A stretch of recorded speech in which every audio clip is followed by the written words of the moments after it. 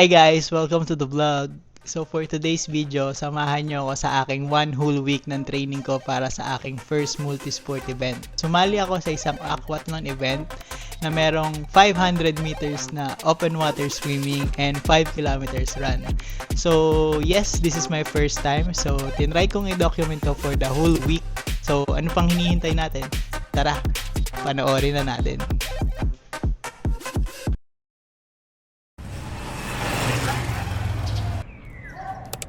Good morning! It's Sunday. So, today's workout plan, LST, long slow distance. So, goal lang natin ngayon is ma-maintain yung easy run na pace, which is 138 to 151 BPM. So, tara, warm up tayo, then takbo.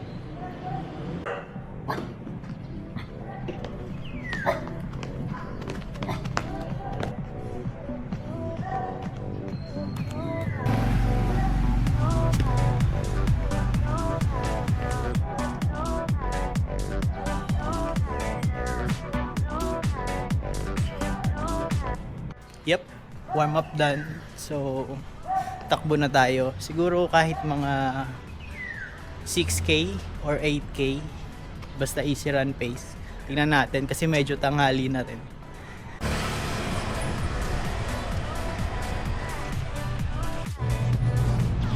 Usually kapag Sunday, sa UP kami tumatakbo. Pero since wala kasing nag-reply sa GC namin, solo na lang muna tayo dito sa atin.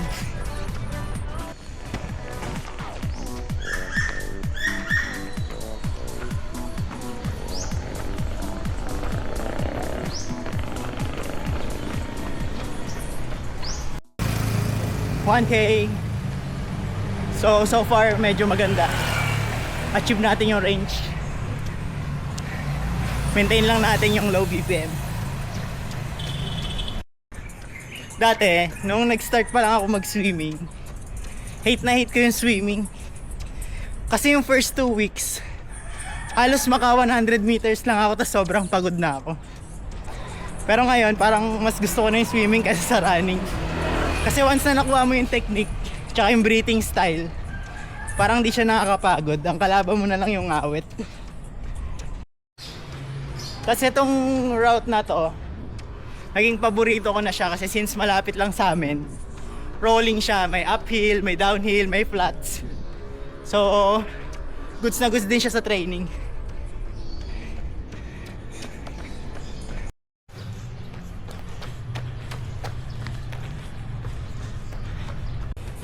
$3K.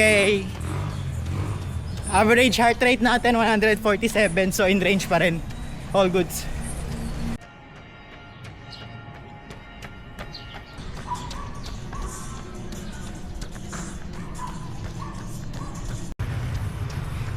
$5K.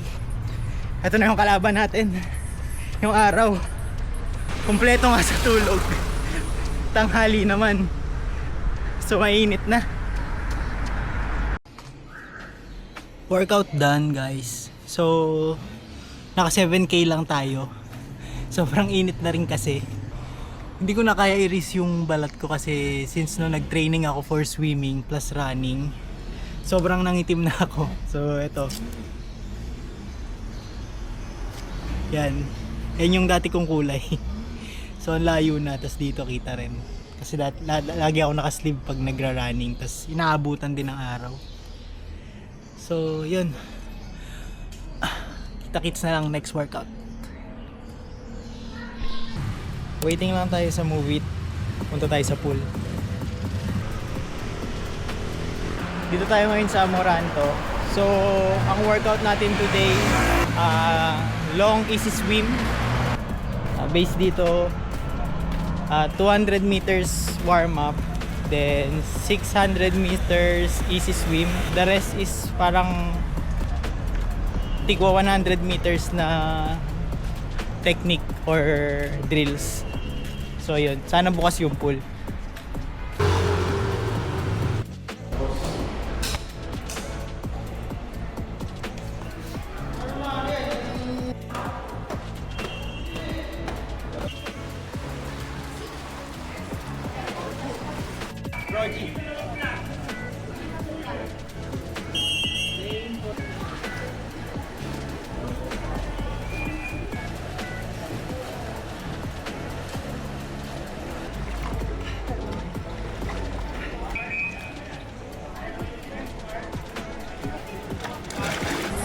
Warm up muna tayo, 200 meters.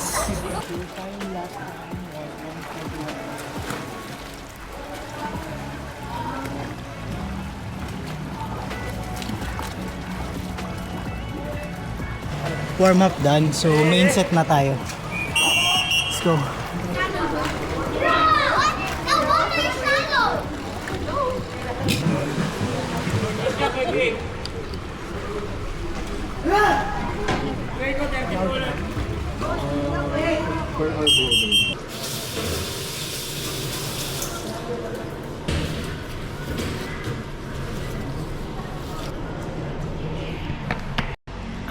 Swimming session complete. So, mahaba-habang swimming din yun. Chocolate muna tayo, deserve ko to.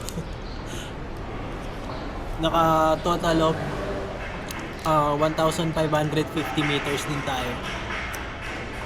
Waiting na lang sa move it, tapos uwi na. Then, pahinga. Tulog na. Try natin mag-run mamaya, kung kaya. Siguro kahit easy run lang. Yun lang. See ya. Good morning guys. So for today's menu, ang workout natin is intervals. So 15 minutes warm up muna. Then after nun 5 by 500s na 435 to 450 na pace. So medyo ganado tayo ngayon. Bago yung shirt natin. Thank you sa girlfriend ko, gift niya sa akin to. So first time kong mag-interval sa may dalang camera. So di ko alam kung makakapag-update ako mamaya. Kasi usually pag nag-intervals ako, halos din ako makakapagsalita. Pero tatry natin. Kaya abang warm up pa lang. Yan, kausapin ko na kayo.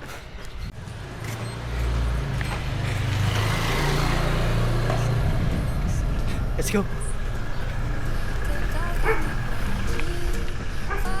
So since habang first set pa lang, habang malakas pa, sama ko na kayo. So 500 meters to. Ang goal lang is hindi tayo lumagpas sa 450 na pace.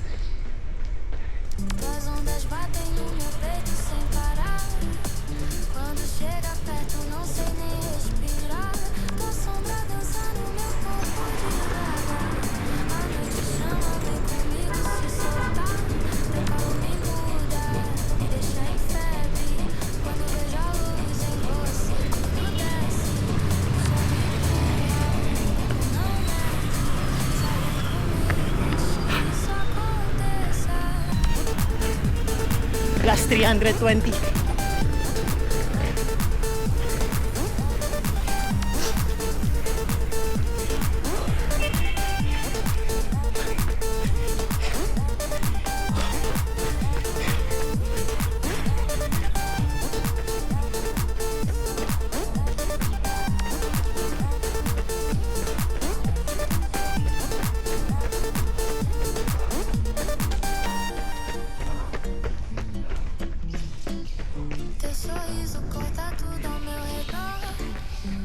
Fico longe, tudo perde tom. No seu movimento, perco direção. Mas sigo firme, sigo tua vibração. Chama que eu vou te encontrar. Consegue segurar. Last 100. Nosso ritmo, ninguém vai parar.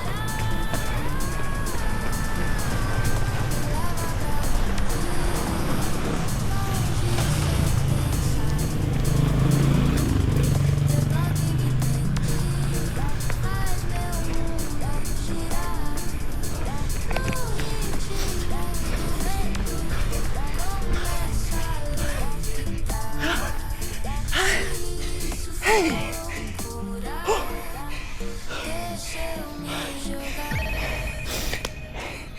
90 seconds rest. Tas go ulit.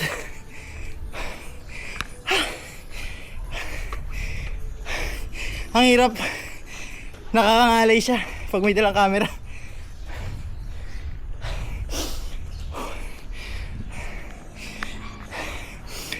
So yun, last 4 set na lang.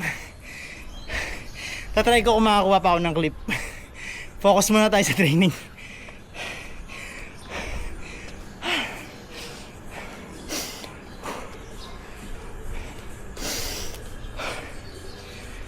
Hanggang malalim lang para bumaba yung heart rate. Second set done. So, ganito talaga purpose ng interval. Yung masana yung katawan mo sa gantong hingal. Last 3. 40 seconds pa yung race, yung bubulol na ako. 40 seconds pa yung rest ko. So, hinga muna.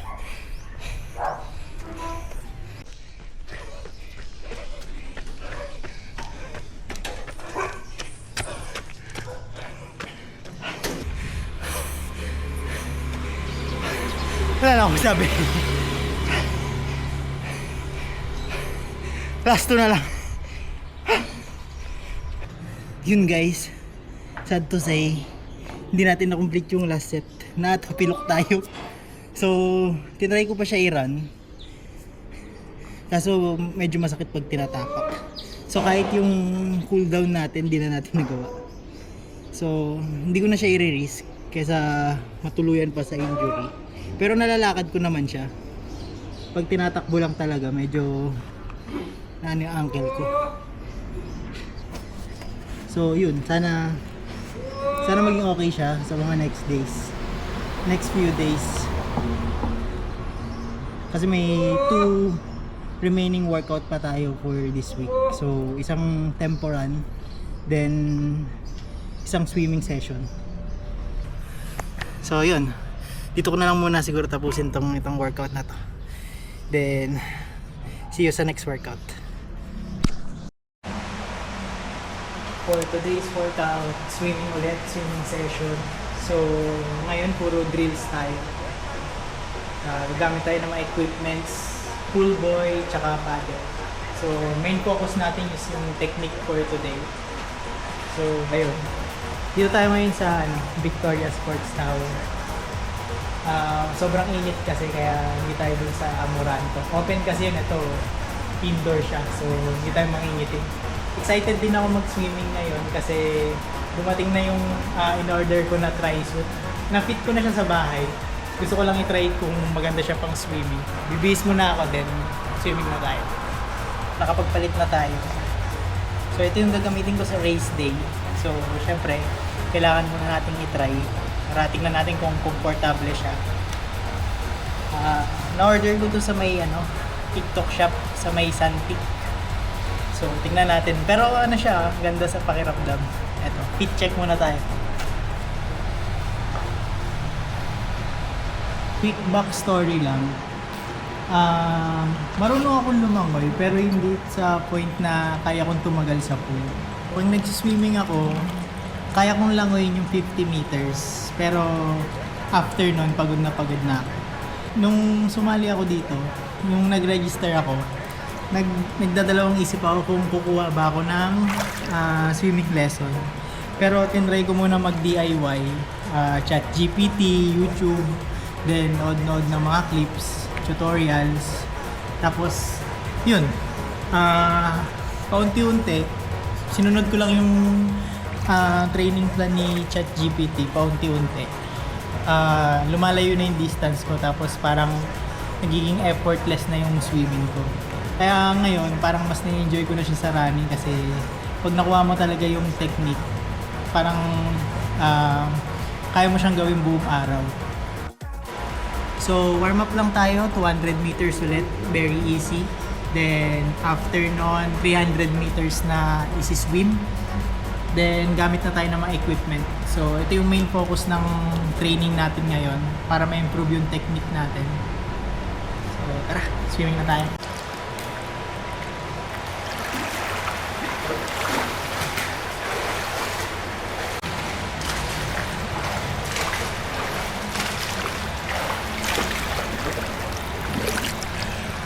So, tapos na tayo sa 300 meters na easy swim.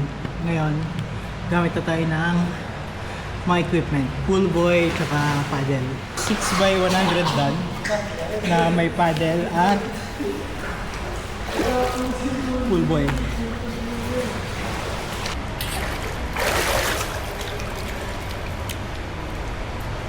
So, yun guys. So far, okay naman yung price na nabili natin. Medyo din ako sanay kasi may padding siya. Although, nagbabike naman ako dati.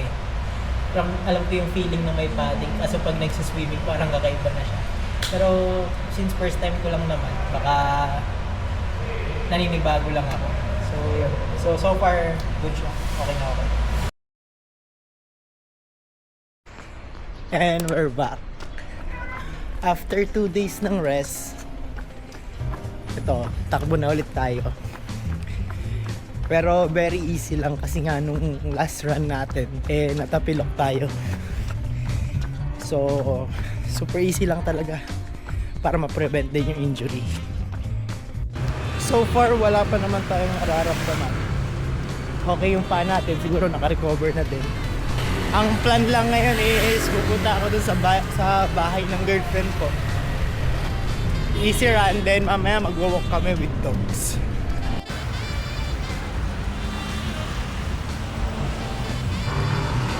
Ang gamit nga pala natin na shoes is yung first ever na running shoes ko. Ito kasi yung pinaka-stable sa lahat. Medyo firm kasi siya.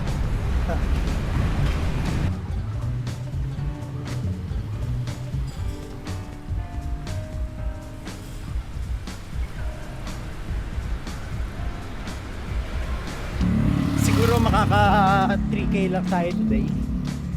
Medyo nasasanay na rin ako sa ganitong training plan, yung mga short runs lang. Dati kasi huling training ko, half marathon yung training ko. So minimum nakaka 8K ako. 5K to 8K minimum.